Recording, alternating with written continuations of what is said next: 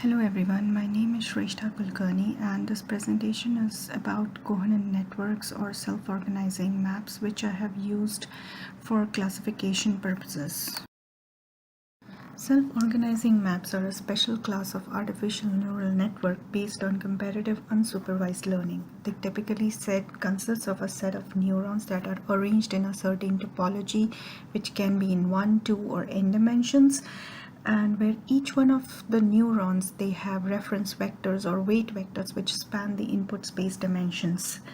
Since the locations of neurons are ordered with respect to each other, we can consider the lattice a topographical map where the location of the neurons show the statistical features of the provided input data. So essentially, SOM transforms the signals into a corresponding place-coded data distribution. Now what you can see on the right is a typical feed-forward Kohonen network where the input layer and the SOM layer, they are completely interconnected, and the SOM layer is arranged in a rectangular topology. Now the learning process is divided mainly into three phases. The first is competition phase, where the winner neuron is selected for each one of the samples.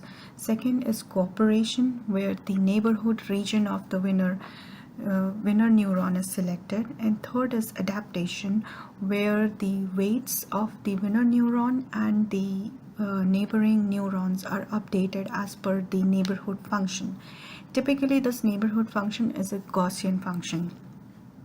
Now, to show you graphically how this thing happens, let's assume this particular this is a two-dimensional input space where the markers are the input samples, and we have a Kohonen network of, let's say, 5 by 6.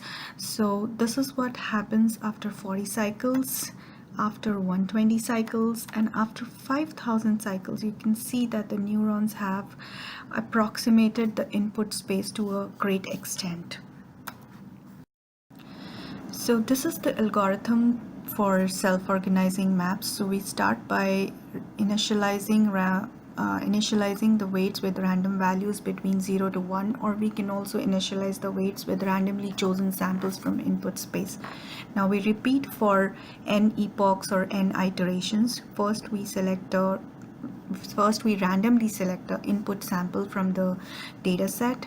Then we calculate its best matching unit or the winner neuron based on the minimum distance between the input sample and the winner neuron. And then we identify the neighborhood of the winner neuron, which is identified as per the Gaussian function HCIT, which is given by eta t multiplied by exponential of RC minus RI square divided by 2 sigma t square, where RC minus RI is the lateral distance between the BMU and the neighboring node. By lateral, I mean the distance in the topographical map, the distance between them in the topographical map. Now, eta t is the learning rate and sigma t is the influence radius. Now both of them, they decrease over time. Eta t is given by eta 0 multiplied by exponential of negative of current iteration divided by total number of iterations, and influence radius is given as sigma 0 multiplied by exponential of negative of current iteration divided by lambda. Lambda is a map constant which again is calculated by total number of iterations divided by log of sigma 0. Now, after identifying the neighborhood region, we update the weights of the winner neuron and its neighboring neuron as Wt plus 1 is equal to Wt plus HCIT multiplied by Xt minus Wit. So in essence, we are moving the weights closer to the input sample, but the movement is with respect to the distance from the winner neuron. So the neuron which is farther away from winner neuron gets its weight updated very less, while if the neuron is closer to the winner neuron, its weight will be updated more. Now after that, we decrease the learning rate and the neighborhood radius, and we start the process again. So after a long period of learning, this algorithm will converge, and the neurons will kind of approximate the input space. So in this project, I have implemented a 3-layer neural network where the first layer is the input layer, the second layer is the SOM layer, which is implemented as per the algorithm in the previous slide, and the final layer is the output layer, which is a Grossberg outstar layer, and the sole purpose of this layer is to transform the SOM layer output into a format which is relevant to the data set. Now this is I have used this network to classify 2 data sets, iris and MNIST. The training happens in 2 phases. First we train the SOM layer, and after that we pass the inputs through the networks and train the Grossberg layer to get the final outputs. Now the quality of SOM layer is evaluated on the basis of quantization error every time we consume all the input samples. So this quantization error is nothing but the average distance of the input samples from their winner neurons. Now, as I said, I have experimented this network with 2 data sets, iris and MNIST, and I have evaluated it against various combination of parameters, like for eta decay I have experimented with 3 different methods: linear, which gives linear method, which is eta 0 multiplied by 1 minus current iteration divided by total number of iterations; exponentials, as we talked in previous slide; and inverse is nothing but eta 0 divided by current iteration. Now I have used 2 functions for neighborhood influence, which is Gaussian and bubble. In bubble function, all the neighboring neurons and the winner neuron, they update their weights by the same amount, so they move towards the input sample together. And topology, I have experimented with 1-dimensional and 2-dimensional rectangular topology, and for distance matrix I have used the 2 most popular choices, which is Euclidean and cosine. Now in this table you can see the experiment done on the iris dataset. So this table is shows the average quantization error and the accuracy on test set depending on the combination of parameters used. So for example, when we are using distance Euclidean and a linear decay of eta with a bubble neighborhood function, we get a quantization error of 1.09 and a test set accuracy of 0.8. Whereas if we are using cosine distance with a linear eta decay and a bubble neighborhood function, the quantization error decreases to 0.22, but the accuracy is about the same. The best result in this particular table is given by the combination of distance Euclidean, exponential eta decay, and a bubble neighborhood function, which gives a quantization error of 0.01 and an accuracy of 0.9 on the data set. Now, after evaluating several parameters and eta values, I got the best performing network as a Kohonen layer of 10 neurons, which are arranged in 1 dimension, and eta of 0.1, decay, linear decay, and distance metric Euclidean, and neighborhood function as bubble. So this particular network gives a test set accuracy of 97%, and when evaluated on complete iris data set, it gives an accuracy of 91%. This particular graph shows the weight dimension number 1 versus the weight dimension number 4, and the green dots here show the input data, and the yellow dots are the reference vectors.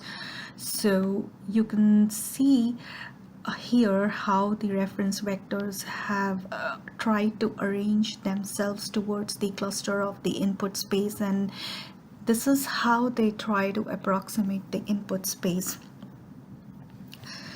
Now, this particular graph shows you the class output of each of the neurons. So the neurons are numbered from 0 to 9, and each of the diamond represent a class. So red is class 1, blue is class 2, and green is class 3. While we see that they have separated the red class pretty well, there is a certain amount of overlap between the green and the blue class.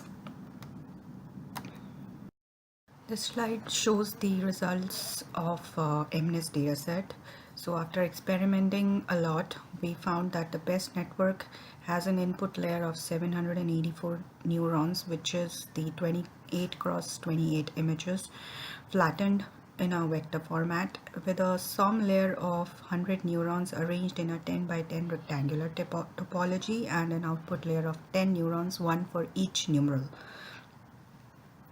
So we had a best eta of 0.95 and a decay of and with an exponential decay, a distance matrix of cosine, since the matrix or the input matrix was quite sparse, and neighborhood function of Gaussian, and a lattice shape and a rectangular shape of the neighborhood region. So this network gives a best performance of, or a best test set accuracy of 79%. And as we see, this is how the reference vectors or the weight vectors of the neurons have arranged themselves after about 350,000 iterations. And this is how the clustering of different classes looks like. So we can see that network has identified almost all of the classes, but there is a certain amount of overlap between a lot of them. So that explains the not so good accuracy on this data set. To conclude the presentation, what we saw today was an implementation of incremental SOM algorithm, which also happens to be the simplest form of this algorithm, and it confirmed the basic ideology behind SOM, which is based on the way our brain cells organize to form topologically ordered maps, which react to different sensory input signals by activating different regions of cerebral cortex. We also saw that SOM was particularly good for dimensionality reductions, and it gives a better visualization of the data by expressing it in a reduced dimensional space, typically a two-dimensional space. However, this algorithm suffers from some drawbacks or some major weaknesses. For example, the size of the network, which is supposed to be known a priori, is a critical piece to the performance of the network, because as the size increases, the performance decreases exponentially. And so and also the number of output classes, that also has a negative influence on the performance of the algorithm. So to cater to each one of these weaknesses, researchers have experimented and come up with many variations of SOM, like the batch SOM, which improves the performance by scaling the weight vectors with the mean of a certain batch of input samples, and ASOM, which expresses the non-linearity in the data set particularly well. So the future work in this field could be experimenting with few of those algorithms. This is all I have for you in this presentation. Hope you enjoyed. Thank you.